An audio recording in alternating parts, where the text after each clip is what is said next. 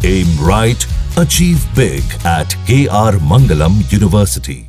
Iran की media का कहना है कि इजराइल के साथ सीज फायर शुरू हो गया है। इससे पहले ईरान ने इजराइल पर फिर जबरदस्त मिसाइल अटैक किया। बड़ी खबर यह है कि इजराइल के शहर बुर्शेबा में ईरान ने मिसाइल अटैक किया और ईरान के इस मिसाइल हमले में 8 इजरायलियों के मारे जाने की खबर है। बताया जा रहा है कि ईरान की मिसाइल बुर्शेबा में सीधे बिल्डिंग में आकर गिरी। मतलब साफ है कि ईरान सीधे इजराइल के रिहायशी इलाकों को टारगेट कर रहा है, वहां के सिविलियंस को टारगेट कर रहा है। ईरान ऐसा जख्म इजराइल को देना चाहता है जिसे इजराइल याद रखे और सीज फायर से पहले ये आखिरी हमला और फिर इस हमले की तस्वीर के साथ ये मैसेज जारी करना, ये ईरान की नीयत बताता है, ये ईरान की नीति बताता है कि इस जंग में वो अपने आप को अपने आप को बेहतर दिखा रहा है।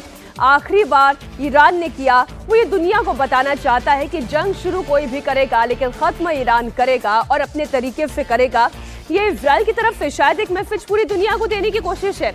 आइए आपको दिखाते हैं जहां पर यह हमला हुआ बुर्शेबा, वहां रिहायशी बिल्डिंग पर यह हमला हुआ है।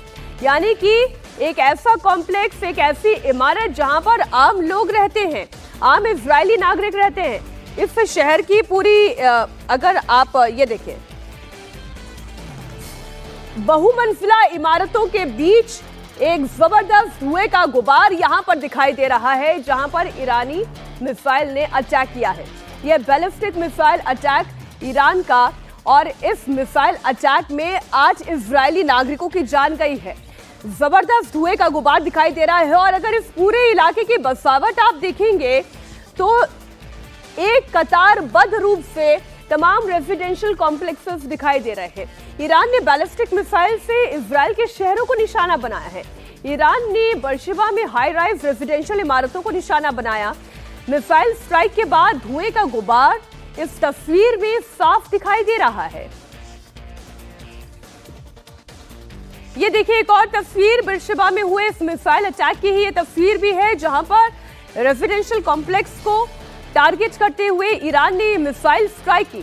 और इसकी टाइमिंग को आप गौर करें, इसके समय को आप जरा गौर से समझें, ईरान की मैसेजिंग को इससे समझें। कल रात यानी भारतीय समय अनुसार जब अमेरिका के राष्ट्रपति डोनाल्ड ट्रंप ने यह ऐलान किया कि ईरान और इजराइल दोनों युद्ध विराम चाहते हैं और मैं युद्ध विराम की घोषणा कर रहा हूं, अब ईरान और इजराइल के बीच में 12 दिन से जारी ये जंग अब खत्म हो जाएगी।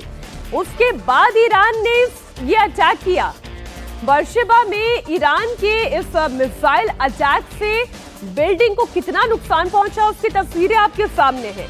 इमारत पूरी खंडहर बन चुकी है, अब ये रहने लायक नहीं रही है।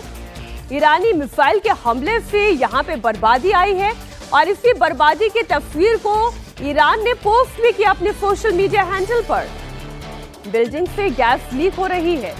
सवाल यह है कि अगर ईरान आम नागरिकों को टारगेट करेगा तो क्या बेंजामिन नेतन्याहू चुप हो जाएंगे?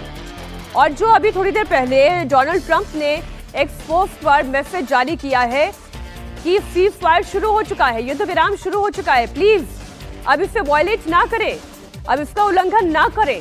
तो क्या बेंजामिन नेतन्याहू अमेरिका की बात सुनेंगे? क्या डोनाल्ड ट्रंप की बात सुनेंगे या फिर ईरान के इस मिसाइल अटैक का मुंहतोड़ जवाब देंगे?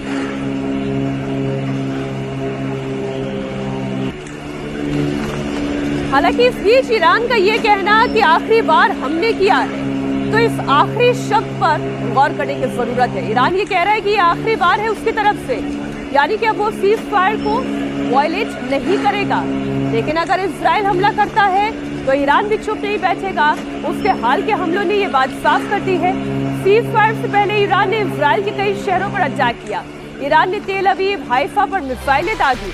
वहीं दूसरी तरफ इजरायली डिफेंस फोर्स IDF ने यह दावा किया है कि ईरान के 4 ड्रोन इंटरसेप्ट किए गए।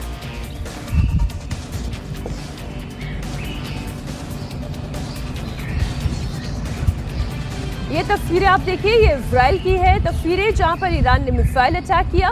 हालांकि 4 ड्रोन इंटरसेप्ट कर दिए गए जिसकी वजह से इजराइल को कोई नुकसान नहीं हुआ।